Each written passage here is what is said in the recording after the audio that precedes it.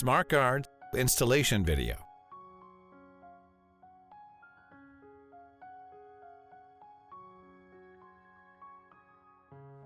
Before installation, check whether the outer package is intact.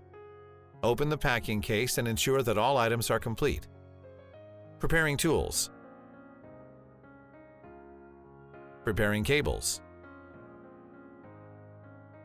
Networking. You can connect all or some of the loads to the SmartGuard. If you connect all loads to the SmartGuard, the loads need to be classified into backup loads and non-backup loads. If you connect some of loads to the SmartGuard, the loads need to be classified into backup loads, non-backup loads, and loads not connected to the SmartGuard. Installing the device. Determine clearances for installing the SmartGuard. Mark 4 mounting holes using the marking off template. Install expansion bolts.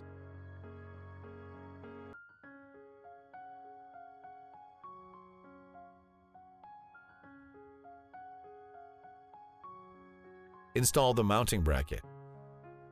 Mount the SmartGuard and tighten the expansion bolts at the bottom. Connect the PE cable of the 3-phase SmartGuard. Connect the PE cable to the ground bar. Connecting SmartGuard AC power cables. Unlock the maintenance compartment door using the delivered key. Keep the 4 switches off. Lift the maintenance compartment cover and remove it. These are wiring terminals.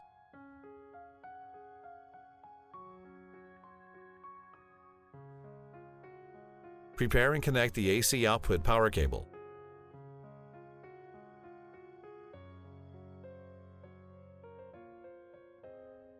Remove the locking cap and waterproof rubber plug at the bottom and select a waterproof rubber plug with the corresponding cable diameter.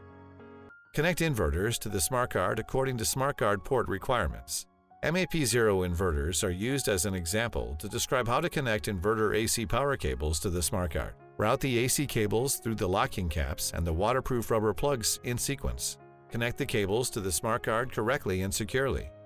Try to pull the wires back to check that the wires are installed properly. Tighten the waterproof rubber plugs and locking caps at the bottom. Connect the other end of each cable to the inverter AC output port. Connect the grid AC power cable.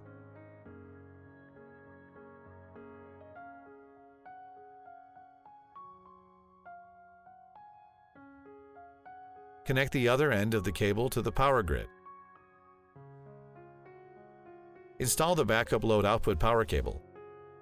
Select supported loads based on inverter models. Cables are installed in the same way. Connect one end of the cable to the SmartGuard.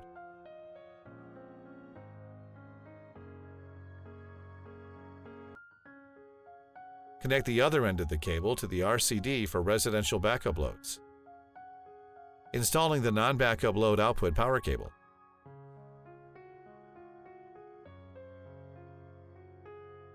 Connect one end of the cable to the SmartGuard. Connect the other end to the RCD for residential non-backup loads. Connecting Smart Assistant signal cables. Connect the Smart Assistant signal cable. The 14-pin terminal of the Smart Assistant can be connected to the signal cables of 4 devices at the same time. CARM can be used to route signal cables for the heat pump, meter, generator, and ATS.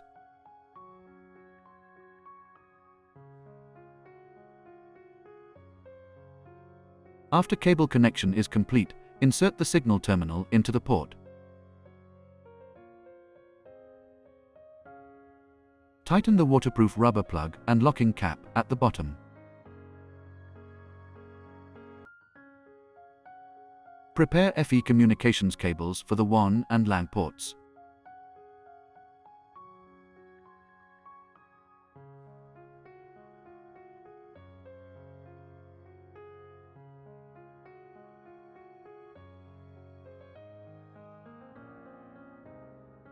Connect the FE communications cables to the WAN and LAN ports.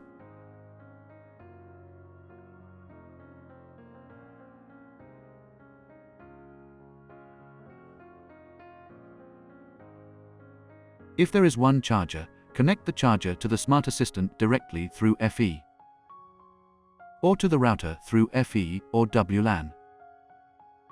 If there are two chargers, connect the chargers to the router through FE or WLAN. Do not connect one charger to the Smart Assistant and the other charger to the router. The S1 ESS can be connected to the Smart Assistant or router through FE. Network ports on multiple ESS need to be cascaded using network cables.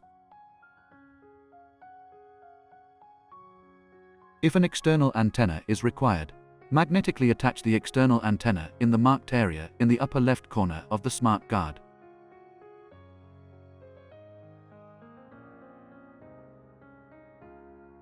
Connecting SmartGuard signal cables. Installing SmartGuard signal cables. Connecting the generator startup control signal cable. Connecting the M1 and MB0 inverter signal cable. Connecting the MAP0 signal cable. Connecting signal cables in parallel for MAP0 inverters. Remove the signal cable terminal of the SmartGuard. Connect signal cables for the inverter and generator.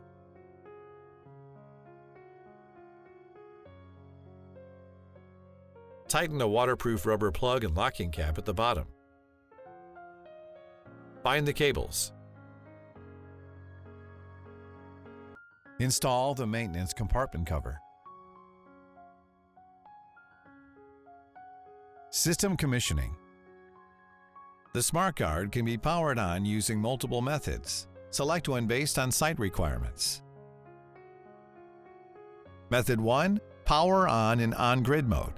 Remove the bypass switch latch and turn on the bypass switch. Turn on the 4 switches. Close the maintenance compartment door and lock the SmartGuard.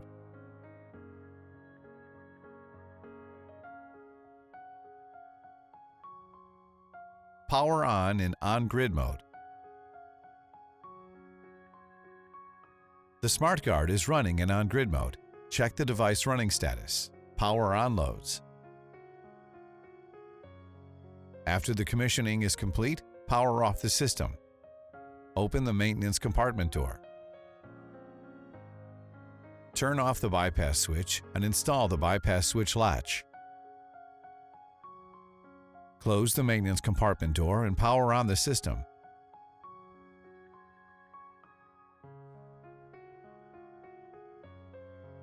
Scan the QR code on the SmartGuard to create a plant. Method 2. Power on by starting the generator. Remove the bypass switch latch and turn on the bypass switch. Turn on the 4 switches. Close the maintenance compartment door and lock the SmartGuard.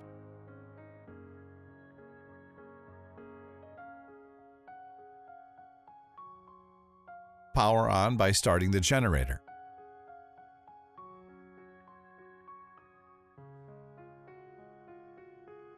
The SmartGuard is running in on-grid mode. Check the device running status. Power on loads. After the commissioning is complete, power off the system. Open the maintenance compartment door. Turn off the bypass switch and install the bypass switch latch. Close the maintenance compartment door and power on the system.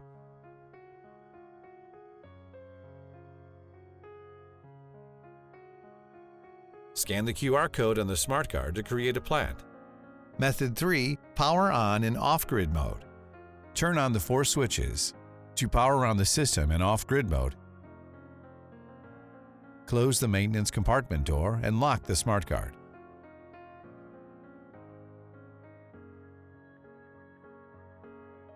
Power on the devices in off-grid mode.